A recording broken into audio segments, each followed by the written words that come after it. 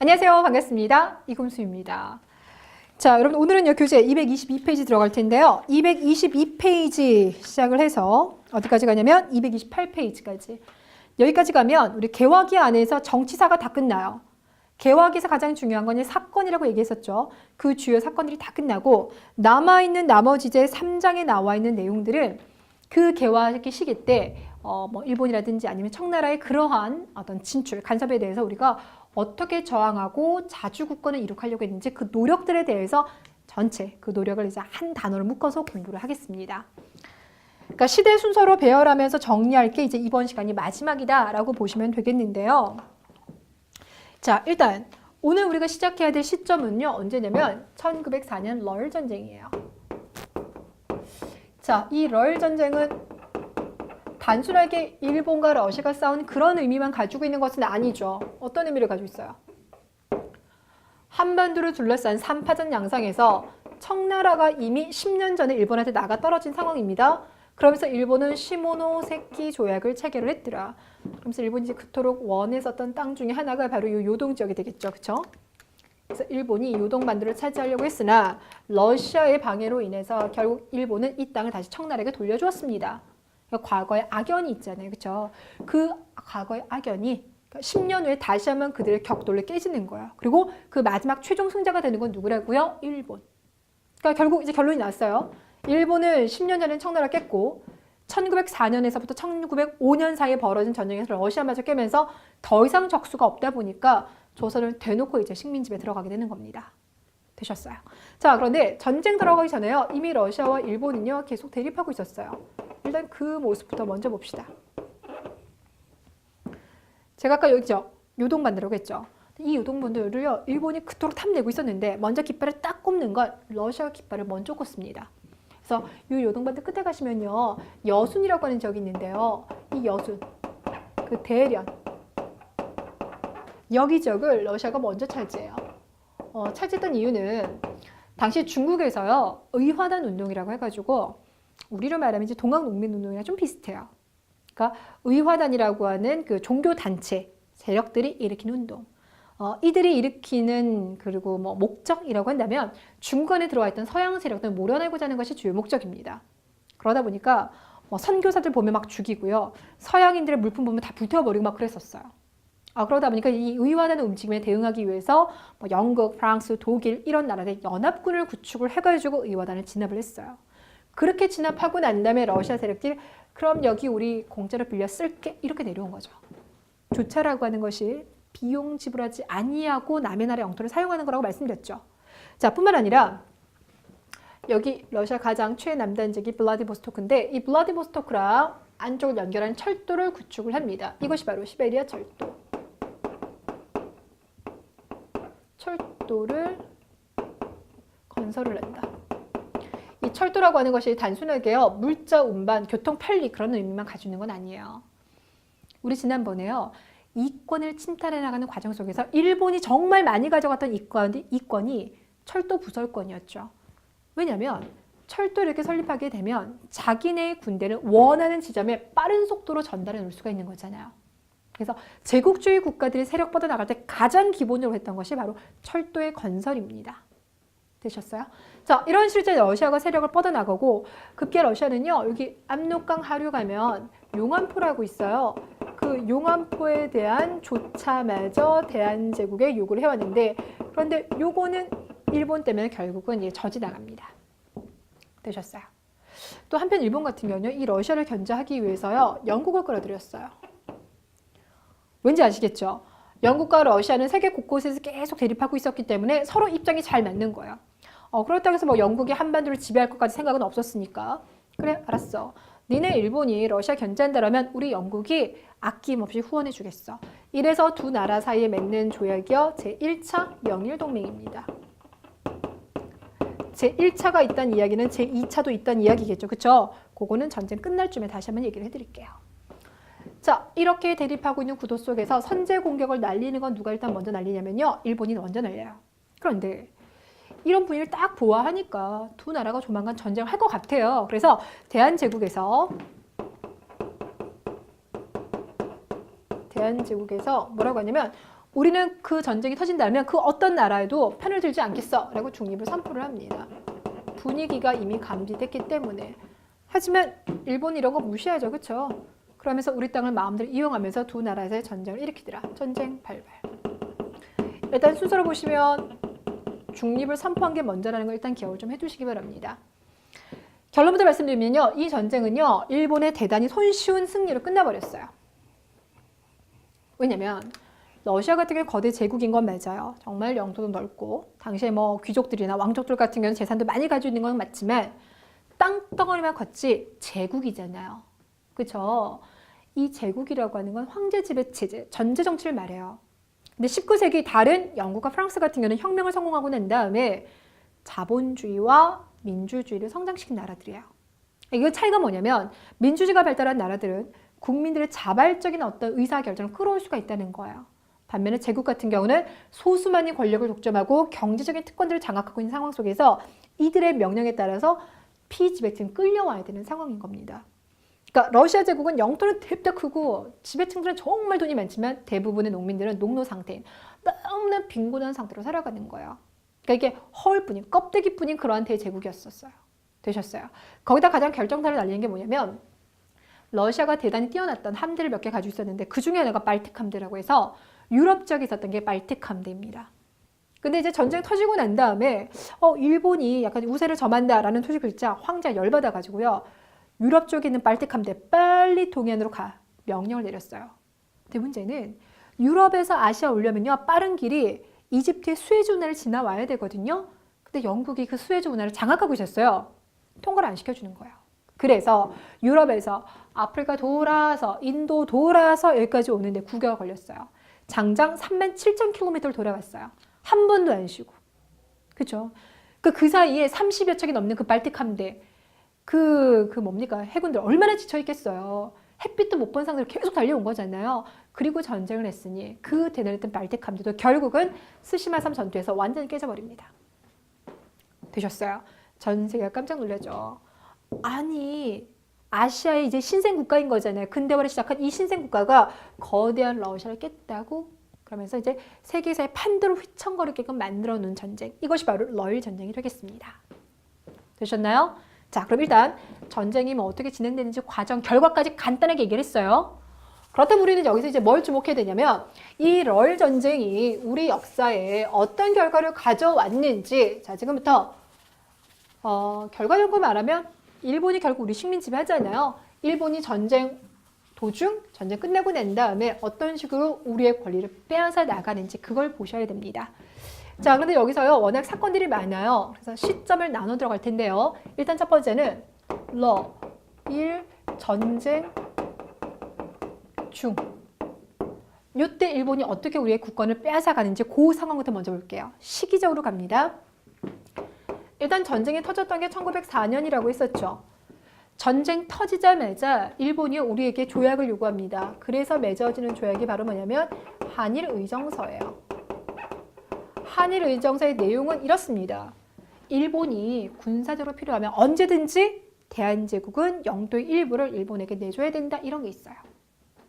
그러니까 일본이 전쟁을 위해서 전략적으로 필요한 땅이 있으면 대한제국은 그 땅을 일본에게 내줘야 된다라고 하는 것이 한일의정서에 들어갔다.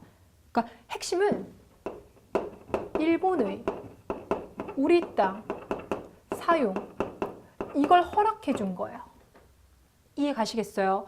자, 이것이 나은 결과를 볼게요. 일본은 이것을 핑계 삼아서요. 1904년 우리에게 뭘 요구하냐면 야, 니네 땅들 중에 지금 개척하는 땅 되게 많더라. 우리 그런 땅을 황무지라고 하죠. 이 황무지 일본에게 줘봐봐. 우리가 잘 개발해 줄게라고 합니다. 황무지 개척권 요구. 근데 문제는요. 당시 우리 땅의 3분의 1이 지금 황무지 상태이거든요.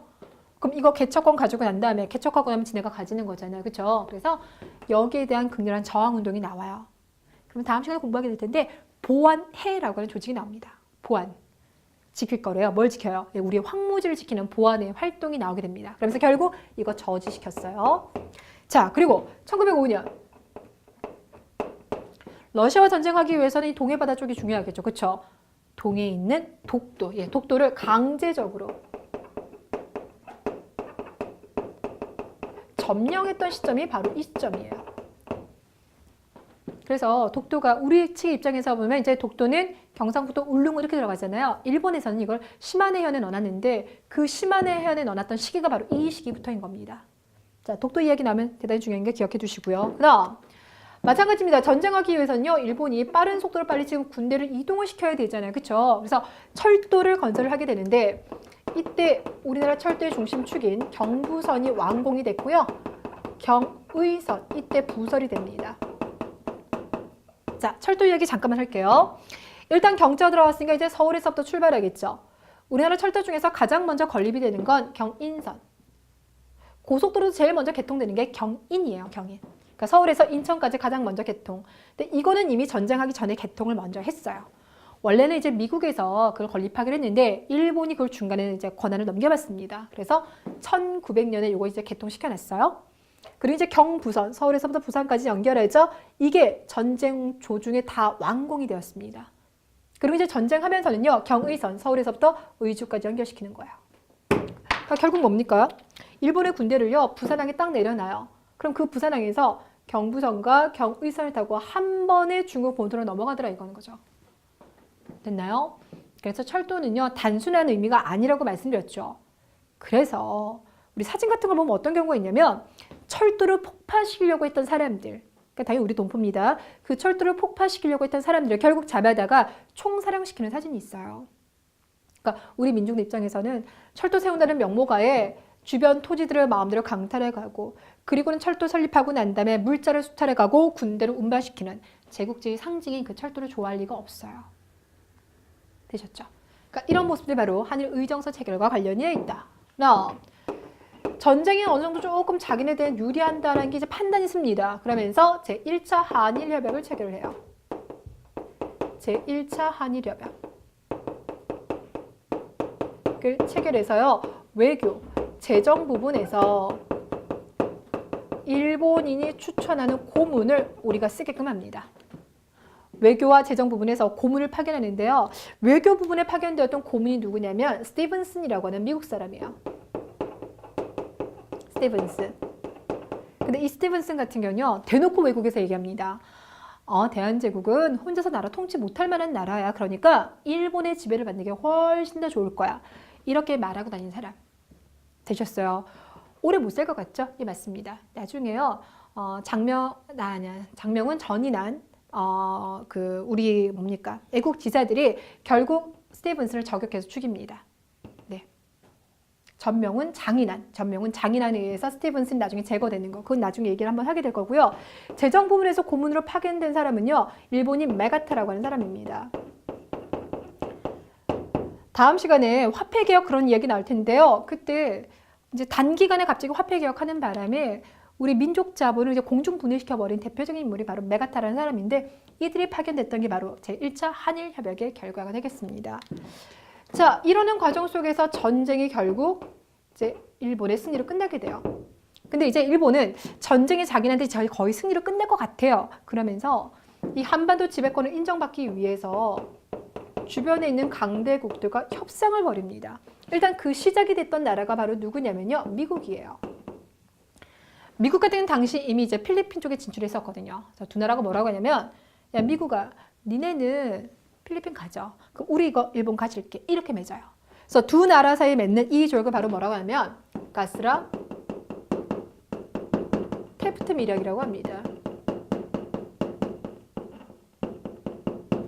일본과 미국의 외교 대표들이 모여가지고 밀약을 맺었더라. 가스라 테프트 밀약. 일단 이걸 체결해요. 자, 그다음 일본의 한반도 지배를 일찍이 인정했었던 나라가 또 한 나라가 있죠. 바로 영국입니다. 영국이랑은요, 제2차 동맹, 제2차 영일 동맹을 체결을 해요.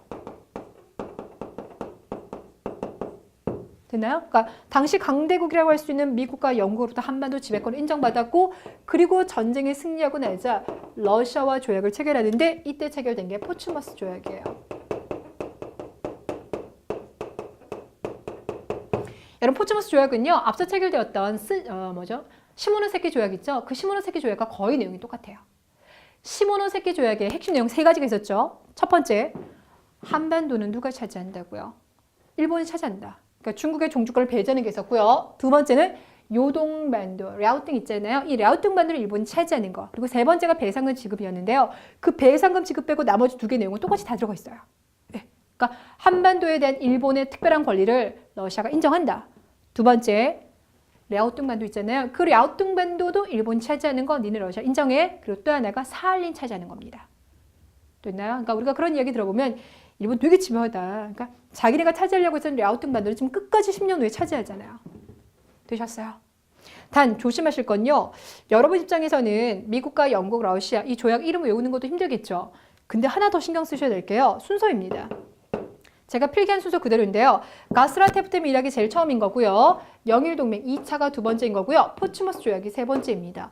왜? 이것도 순서별로 나왔더라고요. 한 달 사이 간격인 거거든요. 그러니까 한 달 사이 간격인데 다 물어봤어요. 7월, 8월, 9월인데 이걸 물어봤더라고요. 여러분께서 순서별 좀 신경 써주시기 바랍니다. 자, 그러면 결국 전쟁 도중에는 우리 영토 마음대로 활용하게끔 자기네가 이제 협약 맺었고, 그리고 이제 외교 재정 부분에서 고문을 파견했었고, 그러다가 전쟁 끝날 쯤에는 주변 강대국들부터 인정받았다. 그럼 더 이상 견제구로 날릴 만한 세력이 없는 거죠.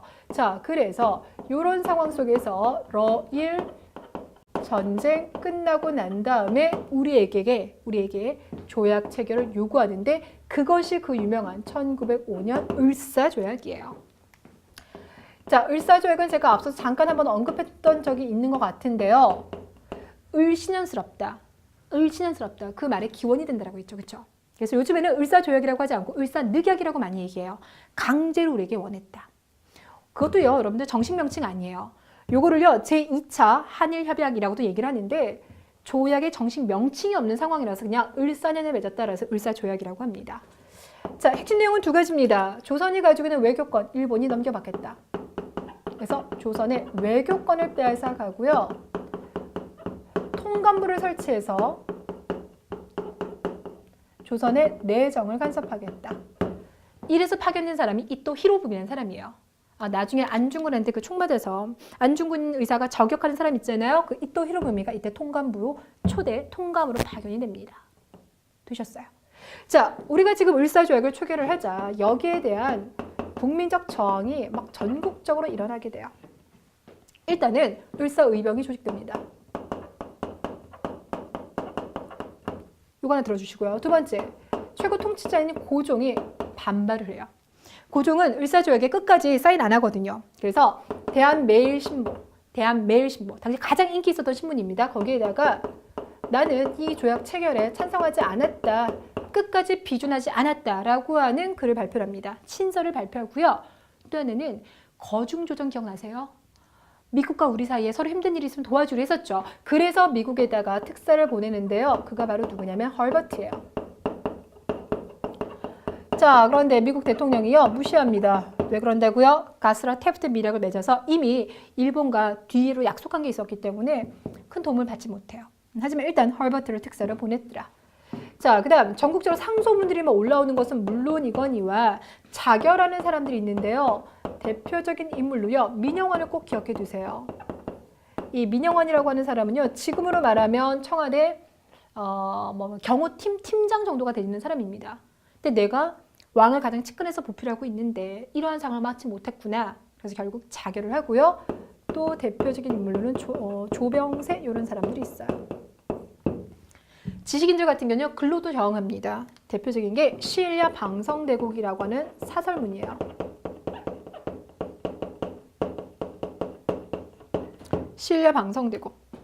그러니까 밤새요 목 놓아 울었노라라고 하는 제목의 사설인데요. 이걸 쓴 사람이 누구냐면요, 장지연이라는 사람이에요. 이게 황성신문 신문에 올라와 있는 글입니다. 그래서 봤더니 저 개돼지만도 못한 정부의 대신들이 나라를 팔아먹었다.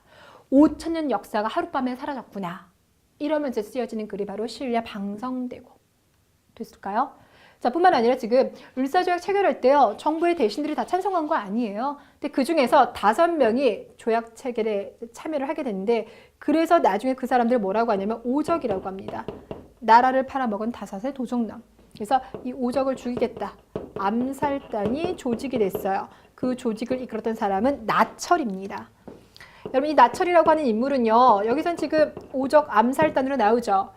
근데 원래 좀 재수없는 사람들은 명줄이 길어요. 암살을 계속 시도를 해요. 하지만 번번이 살아남습니다. 자, 그러자 나철 같은 경우는 어디로 가냐면요. 만주로 갑니다. 그래서 여기에서 나중에는 대종교를 바탕으로 한 독립운동을 전개를 하게 될 거야. 나철이라고 하는 인물은 다시 한번 등장하게 될 테니까 일단 여기서 이름을 좀 기억해 두세요. 됐죠? 자, 여러분이 공부하실 때 일단 접근 방법은요. 을사조약의 내용이 뭔지 보셔야 돼요. 그리고 거기에 저항하는 국민적 운동이 뭐가 있는지 한 개만 기억하시는 건 의미 없고요. 전체 세트로 접근해 주세요. 됐나요? 자, 그러면 시험을 예상해가지고요. 뭘 한번 읽어볼 거냐면 여기 지금까지 다뤘었던 그 조약의 주요 내용들을 먼저 한번 짚어보겠습니다. 223페이지. 자, 223페이지 가장 상단부에 자, 한일 의정서 들어가 있죠. 제3국의 침해 또는 내란에 의해서 한국 황실의 안녕과 영토의 보전에 위험이 있을 경우 일본 정부는 신속히 필요한 조치를 취한다. 이때 한국 정부는 일본의 행동에 충분한 편의를 제공하고 일본은 이 같은 목적 달성을 위해 줄쳐주세요. 군사 전략상 필요한 지점을 언제든지 수용할 수 있다. 그러니까 우리의 땅을 언제든지 원하는 대로 수용할 수 있다. 그러면서 결과가 이게 나오는 거죠. 됐나요? 자, 그 다음에 제1차 한일협약.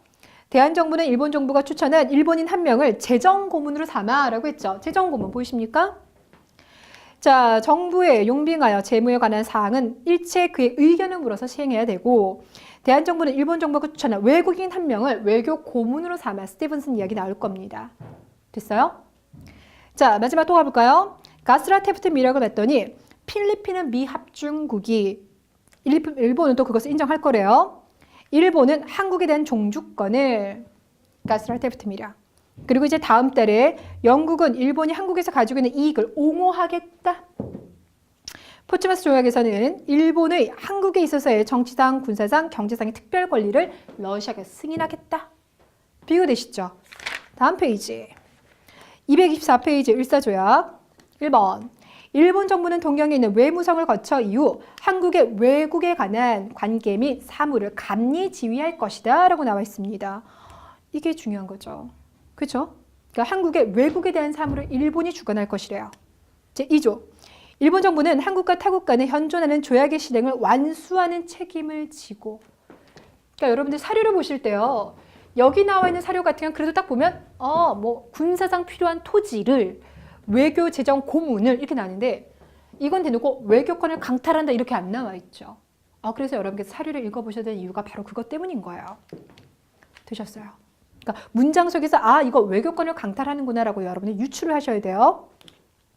한국 정부는 이후 일본국 정부의 중재를 거치지 않고는 국제적 성질을 갖는 어떤 조약이나 약속도 맺지 않는데요.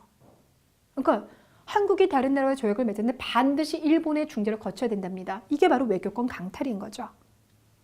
자, 그리고 3조. 일본 정부는 그 대표자로서 한국 황제폐하 아래에 한 명의 통감을 두고 통감부 설치. 그래서 문제에서 나올 수 있는 건요. 여기 나온 지금 사료를 제시하고요. 이 사료와 관련된 국민적 저항으로 볼 수 있는 것은 없는 것은 이렇게 나옵니다. 그러니까 이거 자체를 세트로 묶어서 기억을 하셔야 돼요. 됐습니까? 오케이. 자, 그런데 제가요, 여러분들 아까 을사조약 오늘날은 의사늑약이라고 부른다. 그런데 얘는 정식 명칭이 없습니다. 이렇게 불러줬죠. 자, 그거와 관련돼서 연결을 좀 시켜드리자면 이 을사조약은요, 우리가 국제법상으로 불법이다라고 얘기를 해요. 정식적인 조약으로서 여러 가지 충분 조건을 갖추지 못하고 있습니다. 자, 이것이 불법인 증거. 무엇보다 조약을 체결할 때는요, 어떻게 하냐면 이제 전권 위임이라고 해가지고 최고 통치자인 고종이 직접 다 조약을 체결하러 다닌 건 아니잖아요. 그렇죠? 그래서 체결하는 권한을 넘겨줍니다. 그러니까 이 당시 이제 외교통상부 장관이 되겠죠. 넘겨줘요.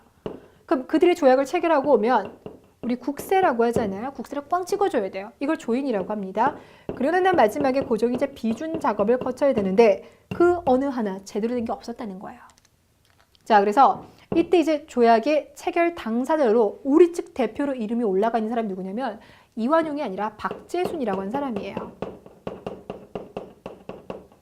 이완용 같은 경우는 당시로 말하면은 뭐 국무총리급 예, 고종 국무총리, 국무총리보다는 부총리 정도, 예, 부총리 정도 됐던 사람인 거고요.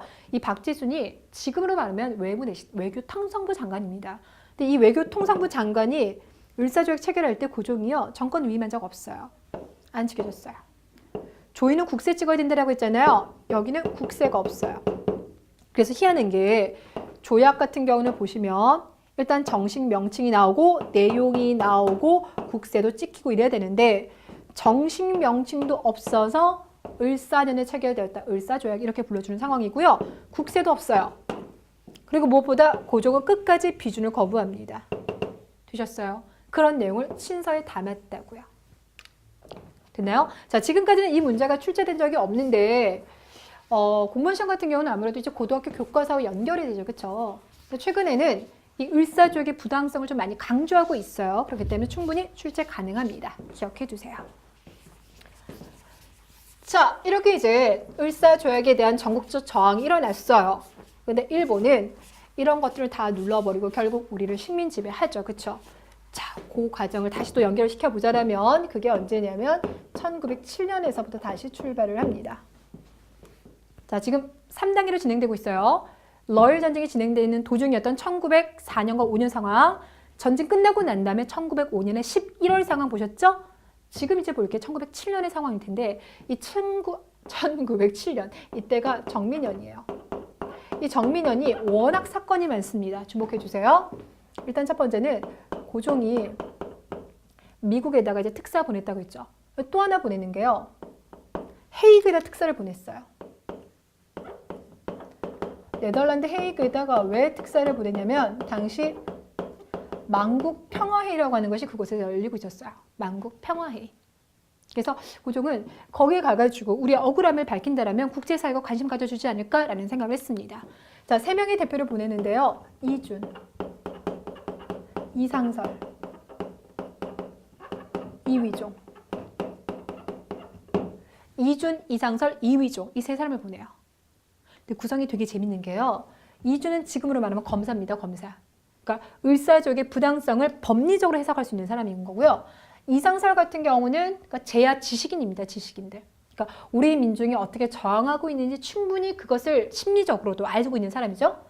이위종은 아버지가 외교관이었기 때문에 일찍이 외국생을 많이 해서요. 그 당시 이미 3개국어를 할 수 있는 사람이었다고 합니다. 그러니까 걔에게 괜찮은 조합인 거죠. 이렇게 해서 헤이그에 특사를 보내놨는데 일본의 방해로 국제사회가 큰 호응은 못 해줍니다. 그리고는 일본은요, 이 고종이 헤이그에 특사를 보냈던 것은 이제 4월 달이에요. 그리고 하나 조심할 건요. 헤이그에 특사를 보냈던 건 기본적으로 을사조약의 부당성을 알리려고 하는 거죠. 단 시점이 을사조약의 부당성을 알리려고 했던 대부분의 것들이 1905년 기준을 맞다면 얘는 1907년이에요.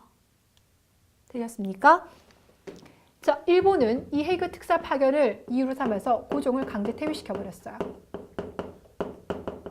이게 그해 7월 상황이에요. 뿐만 아니라 한일 신협약을 체결합니다. 이 한일 신협약. 자, 오늘 지금 워낙 협정 내용이 많이 나와서 아마 헷갈리실 것 같아요. 앞서서 을사조약에서 통감부 설치했죠. 자, 그거 말고 조선은 각 부가 있잖아요. 그 각 부에 일본인을 장관이 아닌 차관으로 임명하자. 이게 바로 차관 정치. 그러니까 결국 뭡니까? 통감부를 설치해서 정치를 장악하고 난 다음에 차관을 보내서 실무 정치까지 장악하겠다라는 거예요. 자, 그리고 같은 달에 돈이 없다라는 걸 핑계 삼아서요. 조선의 군대를 해산시켜버려요. 그런데 고종 강제 퇴위에서부터 군대 해산까지 걸린 시간이 10일밖에 안 돼요. 됐나요?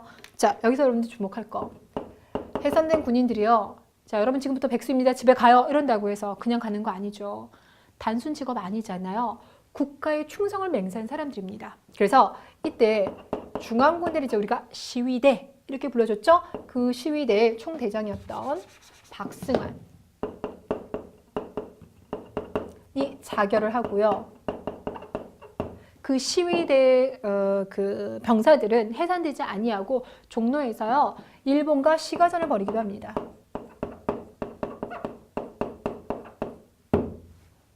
되셨어요?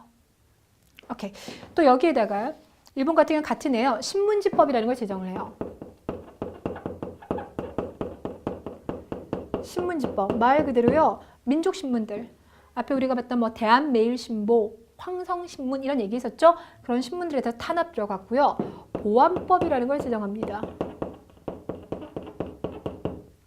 어이구 이렇게 쏘니까 보완이네요. 보안법. 그래서 질서를 안정시키겠다. 그러면서 이 고종 강제 퇴위에 반대했었던 조직이 있는데 대한자강이에요. 이름을 이렇게 기억해 주세요. 대한제국이 일단 그래도 정치의 구심체가 고종이었잖아요. 그러니까 고종이 물러나면 대한제국이 흔들릴 것이다. 그러니 대한제국을 강화시키기 위해서는 고종이 있어야 된다. 대한제국의 강함을 외쳤던 조직, 이 대한자강회를 보안법 설립 이후에 해산을 시켜버립니다. 이런 식으로요. 애국계몽운동 단체라고 불러주는데 지식인들의 단체를 탄압을 했습니다. 자, 지금까지 쭉 벌어진 이 모든 사건이 지금 1907년 시대의 순서대로 그대로 그 안에서도 달별로 정리를 한 거예요. 되셨나요? 특히나 지금 여기 붉은색으로 제시한 이 부분은요. 같은 7월달 안에서 배열을 했기 때문에 순서 나올 때요. 정말 조심하셔야 돼요. 이런 문제가요. 한국사에서는 계속 있어요. 같은 달 안에서. 근데 순서가 워낙 중요합니다. 하나하나 개별적인 사건 자체가 중요하기 때문에 끊어주시고요. 자, 그러다가 이제 1909년이 됩니다. 1909년이 되면 아예 사법권을 강탈하고요.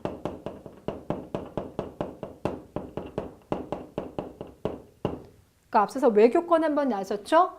이쪽에 가시면 행정권이라고 볼 수 있어요.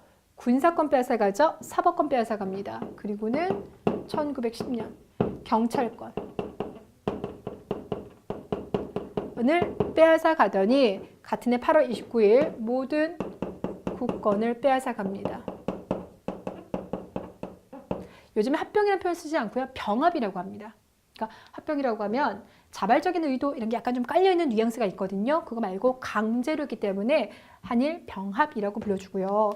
우리가 독립한 날은 많이들 기억하시는데 국권 침탈당한 날은 잘 모르시죠? 상식으로도 알아주세요. 8월 29일이 됩니다. 됐나요? 그래서 이때부터 만 35년 동안 일제히 지배를 받게 됩니다. 자, 시험은 여러분들 여기서부터 여기까지 순서별 다 나와요. 왜 제가 여기는 순서 문제가 중요하다고 얘기하는지 느낌 잡으시겠죠? 그렇죠? 개별적인 하나하나를 물론 집중해서 볼 것도 있지만 이 흘러가는 흐름에서 마지막 결국 그래서 어떻게 국권이 침탈당했는지 최종 결과물 쪽으로 모여야 되기 때문에 순서 배열을 신경을 좀 써주세요. 됐나요? 자, 그럼 이렇게 해서 지금 우리가 살펴본 게요. 225페이지까지 다 나왔는데요. 자, 거기 교재에서 225페이지 한일 신협약을 한번 보시면 거기 제5조 한국 정부는 통감이 추천한 일본인을 한국 관리로 임명할 것 이렇게 보이고 있죠. 그 위에 봤더니 시설 개선에 관해서는 통감의 지도를 받을 것 이게 바로 차관 정치를 의미하는 겁니다. 되셨어요? 그러니까 통감이 추천한 일본인을 관리로 임명해라. 그러니까 이게 바로 차관 정치. 그래서 을사조약이랑 이 한일 신협약 같은 경우는 그 문장 안에서 여러분께서 내용을 유추해 내셔야 됩니다. 정확한 딱 단어로 들어가 있는 게 아니기 때문에 사료를 안 읽어보시면 헷갈리실 수가 있어요. 자, 그럼 이제 남아있는 내용은요. 일제강점기 35년간의 역사를 들어가기 전에 이렇게까지 이제 식민 지배를 당하는 이 상황이 된 중간중간에도 우리 끊임없이 저항했겠죠. 어떤 식으로 저항을 했는지 그걸 이제 주제별로 좀 나눠서 들어가 볼게요. 자, 일단은요. 방법은 두 가지가 있어요. 힘으로 가는 방법이 있고요. 아니면 실력으로 가는 방법이 있습니다. 되셨습니까? 자, 그래서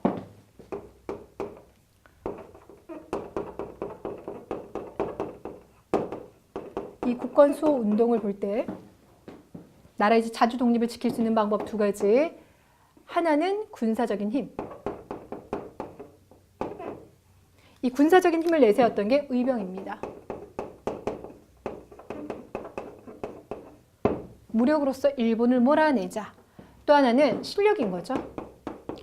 그러니까 실력이라고 한다면 교육을 통해서 인재를 육성하고 산업을 발달시켜서 민족의 자본을 키우자라는 건데 이걸 바로 애국개몽운동. 자주독립이라고 하는 궁극적인 목표는 같으나 방법의 차이가 보이고 있죠. 됐나요? 자, 일단은 오늘 우리가 여기를 먼저 주목하긴 할 텐데 잠깐만 여기서요. 애국개몽 운동과 관련돼서요. 하나 여러분께서 기억하실 사상이 있습니다. 바로 뭐냐면 사회진화론이라는 거예요. 사회진화론. 우리 진화론이라고 하면 과학 시간에 다윈과 관련돼서 배웠던 기억 안 납니까? 다윈이 이제 종의 기원에서 이제 진화론을 밝혔죠. 그러니까 그가 이렇게 관찰을 해봤더니 동물이요. 그러니까 어떤 바뀌고 있는 그런 상황에 잘 적응을 했을 때는 생존을 하지만 그런 변화하는 상에 적응을 하지 못했을 때는 결국 사라지더라. 자연도태. 또 동물의 세계를 보면은 강자와 약자가 나눠져 있더라. 그리고 그 강자가 약자를 잡아먹는 구도이더라. 약육강식 그런 얘기를 하죠. 됐나요? 그게 이제 다윈이 말했던 진화론입니다. 그러니까 결국은 변화하는 이 지구상의 이제 여러 가지 생태 환경 변화에 동물들이 잘 적응을 해야 되는 건데 문제는 다윈이 했던 그런 이야기를 이제 그 사회학자들이요 어떻게 해석을 하냐면 그다음에 동물의 세계가 그러하듯이 인간의 세계도 그렇게 되는 것이 아닐까. 그러니까 지구상의 역사는 계속 변모되는데 그런 변화하는 역사를 발맞춰 가지 못하는 나라는 이 지구상이 사라질 것이다. 그리고 지구상에는 이 많은 나라들은 다 똑같은 것이 아니라 강대국과 약소국이 있고 그런 강대국이 강한 동물이 약한 동물을 지배하듯이 강대국이 약소국을 지배하는 건 당연한 자연의 이치다. 이렇게 해석을 해요. 되셨어요? 그러니까 그런 것들이 바로 이제 사회 진화론이 됩니다. 그러니까 이 애국개몽 사상은 기본적으로 이러한 사상을 깔고 있다는 거야. 그러니까 우리가 지금 일본의 식민지배를 당했던 건 우리가 그들보다 문화가 뒤처졌기 때문이다. 그러니 빨리 실력을 쌓아서 따라잡아야 된다. 이걸 가지고 있어요. 그래서 더 나아가서 우리도 다른 나라를 식민지배해야 된다. 거기까지는 아니지만 기본적으로 세계 질서는 이러한 강대국과 약소국은 실력을 키워야 된다는 전제 조건을 깔고 있는 거라는 거예요. 되셨습니까? 콧물이 갑자기 나와서 됐나요? 자, 그래서 일단 우리가 오늘은 이거 공부할 거고요. 다음 연속 2시간 쪽은요. 이쪽에 조금 더 포커스를 맞춰서 공부를 하게 될 겁니다. 되셨죠?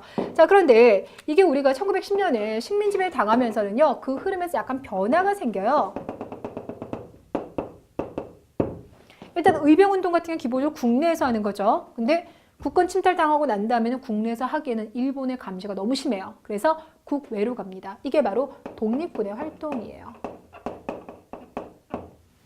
반면에 애국개몽운동은 국내에서 계속 머무르면서 여전히 실력 사찰한 걸 주장하는데요. 이걸 바로 실력 양성운동이라고 합니다. 미리 관전 포인트를 하나 말씀을 드리면 의병운동이나 독립군 같은 경우는 이건 좀 분리가 좀 잘 돼요. 그러니까 어떤 사람이 대표적인 의병장인지 독립군인지 이건 잘 구분이 되는데 나중에 이쪽 같은 경우 공부하고 난 다음에 어떤 게 애국개몽운동 시기 때의 단체였지? 언제가 실력 양성운동 시기 때 단체지? 되게 헷갈립니다. 대표적인 게 애국개몽운동 단체로 나오는 게 신민회가 있고요. 여기는 신간회가 있어요. 둘 다 새롭게 하겠다라는 것 같은데 신민회, 신간회 되게 헷갈리죠. 그래서 미리 말씀드리지만 이 두 개 시점을 끊어야 된다는 거. 그러니까 결국 방법은요. 그 시기 공부할 때요. 요거는 요때 1880년대, 90년대 그때 활동했던 조직들이구나 하면서 딱 한 번에 여러분 정리를 해두시면 나중에 우리가 일제강점기 때 공부를 해도요. 덜 헷갈리겠죠. 자, 그러면 갑니다. 그 중에서 우리가 오늘 공부할 건 의병. 번호가 몇 번이었을까요? 한 6번 정도 될 것 같은데요. 자, 이 당시 의병은 크게 3단계로 접근을 하시면 됩니다. 가장 처음에 조직되었던 의병을요. 을미년에 조직되었다. 그래서 을미의병. 시간적으로는 1855년. 두 번째 결성된 게 을사조약과 관련돼서 나왔죠. 을사의병. 연도는 1905년. 그리고 마지막이요. 정미의병이에요. 정미의병이 1907년. 고종이 강제 퇴위 당했던 해가 바로 이 시기가 됩니다. 자, 그래서 을미의병, 을사의병, 정미의병. 공부하실 때는 크게 두 가지 신경 써주세요. 왜 봉기했을까? 어떤 사람들이 참여했을까? 을미의병이 일어났던 이유는요. 을미년에 명성황후가 시해됐고 또 하나 단발령 때문인 거죠. 되셨어요? 자, 그리고 이때 의병을 이끌었던 사람들은요, 유생들이 많이 있습니다. 유생, 뭐 유림. 그러니까 성리학을 공부한 사람들이죠. 그러니까 기본적으로 이들은요, 국물을 니네가 어떻게 시해할 수 있어? 어떻게 성리학을 공부한 사람들이 머리를 오랑캐처럼 자를 수가 있어? 이런 거잖아요. 그래서 우리가 이 시기의 특징을 뭐라고 하냐면, 이 시기 때는 화이관. 화라고 하는 게 중화 사상인 그 화인 거죠. 중국. 이는 오랑캐입니다. 그러니까 여전히 중국과 오랑캐는 달러. 성리학적 명분론 이런 게 좀 바탕이 됐어요. 되셨어요? 그러니까 이런 걸 바탕으로 하다 보니까 양반 유생들이요, 의병들을 많이 이끌었어요. 이때 대표적인 유생하면요, 유인석, 이소응, 안병찬.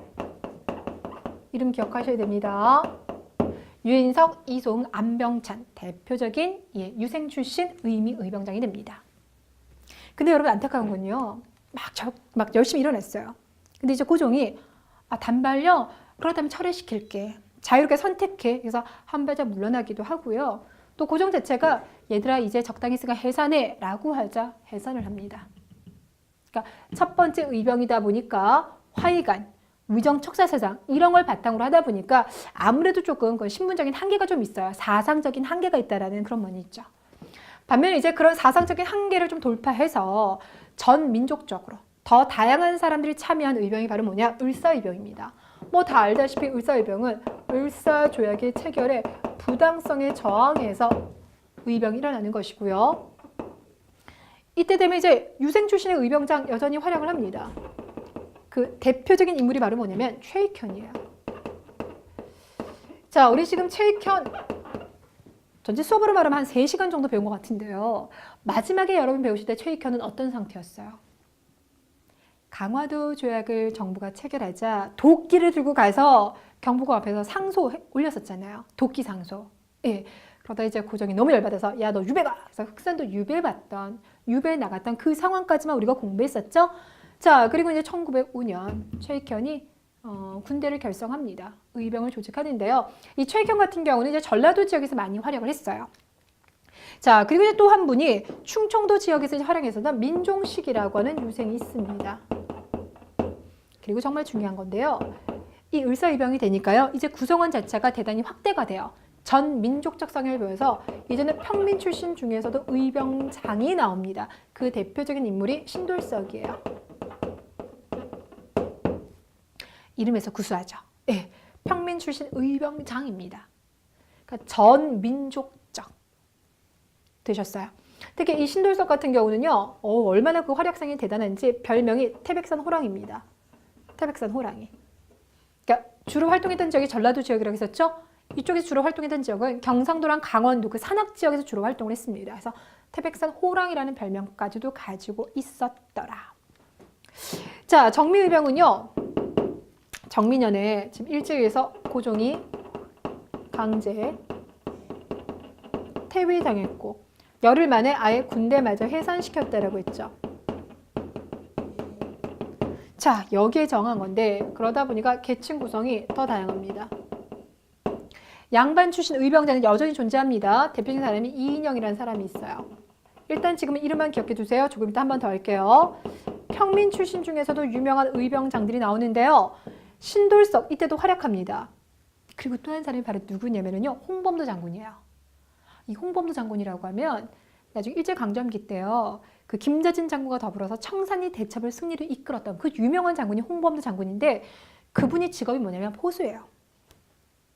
우리 그 병인양요 격퇴할 때도요. 양원수가 이끄는 포수 부대 있었다라고 했죠. 예.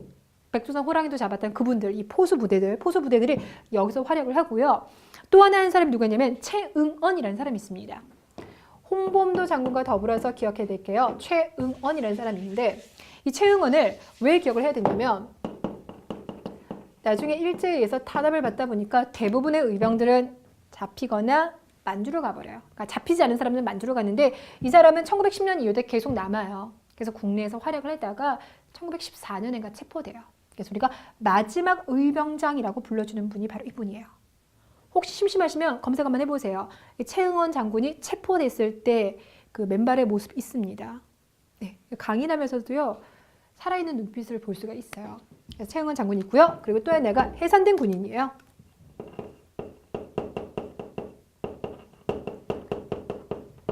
군인들이 돌아가지 않고 합류를 합니다. 그러면서 나타난 특징이 뭐가 있냐면 아무래도 의병들이 가지고 있는 무기 수준이 떨어져요. 그런데 의병이 합류하다 보니까 그들이 가지고 있는 총 이런 게 들어오죠.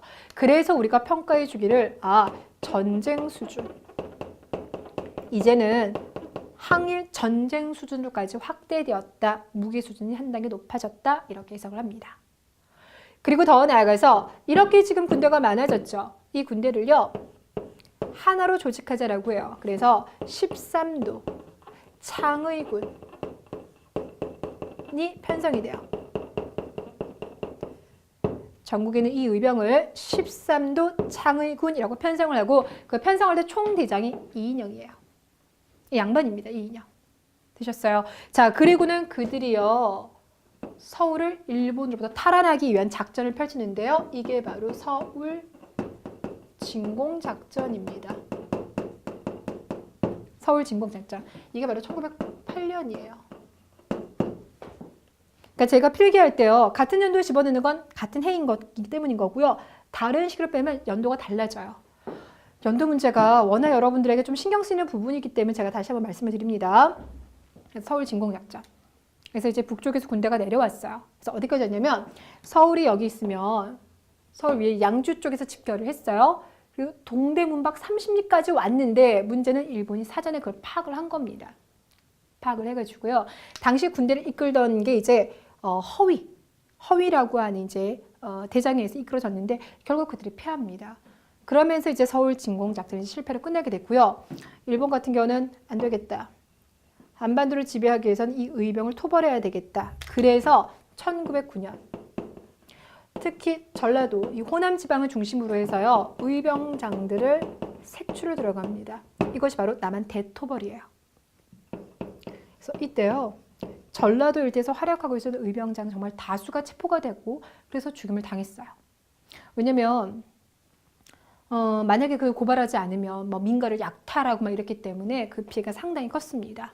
자, 그러다 보니까 아까 말씀드린 대로 대부분의 의병장들은 체포가 되었고 혹 살아남은 사람들, 아까 말씀드렸던 홍범도 장군 그런 분들 있잖아요. 이런 분들은 만주나 간도, 연해주 이쪽으로 이주를 하면서 독립군 활동을 펼쳐나가게 돼요. 됐죠? 시험에서요. 여러분 지금까지 분석을 해보니까 서울 진공작전과 남한 대토벌 작전 은근히 많이 나오더라고요. 그러니까 전체 흐름 속에서 이렇게 선을 이어주시면 되겠습니다. 자, 그럼 여기까지 하면 우리 교재에서 봤던 내용들이 봐야 되는 내용들이 다 들어갔죠. 됐나요? 자, 교재 226페이지 을미의병 사례 좀 볼게요. 외놈들의 소위 신이나 법률은 말할 것도 없거니와 저 국적 놈들의 몸뚱이는 누구를 힘입어 살아왔던가 원통함을 어찌하리요. 줄쳐주세요. 국모의 원수를 생각하며 이를 갈았는데 국모의 원수 을미사변 엿볼 수가 있겠죠. 그 밑에 줄 가니까요. 또 머리를 깎으시는 지경에 이르렀다. 단발령. 밑으로 가서 을사의병 한번 볼게요. 을사의병을 봤더니 작년 10월에 저들이 한 행위는 오랜 옛날에도 일찍이 없었던 일로서 억압으로서 한 조각의 종이에 조인하여 이렇게 나와 있습니다. 됐나요? 그리고 그 밑에 봤더니 2등 방문을 이렇게 나왔죠. 이또 히로부미를 말합니다. 이또 히로부미. 그러니까 을사조약을 체결했을 때 우리 측 당사자가 이제 박재순이었다면 일본 측에서 이또 히로부미가 나왔거든요. 네, 그래서 을사의병. 최응원과 관련된 사진 여기 들어가 있네요, 여러분들. 자, 그 다음에 이제 가장 오른쪽 정미의병. 자, 가평, 원주, 제천 등 여러 곳에서 의병이 일어섰는데 이는 전부가 해산병정이다. 서양식 총을 갖고 있고 오랜 조련을 받아 규율이 있어. 이렇게 나왔죠. 해산된 군인들이 합류되었다. 정미의병. 자, 마지막으로 일제의 남한 대토벌 작전. 일본군이 길을 나누어 호남 지방의 의병을 수색하였다. 밑에 줄. 마을을 수색하고 집집마다 뒤져서 조금이라도 의심이 나면 모두 죽였다. 이 때문에 행인이 끊어져 이웃의 왕래도 끊겼다. 의병들은 3, 4, 5 도망하여 흩어졌으나 숨을 곳이 없었다. 남한 대토벌 작전. 됐습니까? 오케이. 자, 그럼 이렇게 해서 여러분들 우리 개화사 지금 연속 7시간 진행을 한 거죠. 개화사 주요한 사건들 정치 흐름 위주로 쭉 그러니까 정리를 한번 해봤고요. 다음 시간에는 앞서 말씀드린 대로 229페이지 국권 수호 운동 연속 2시간 동안 진행해 보겠습니다. 수고 많으셨습니다.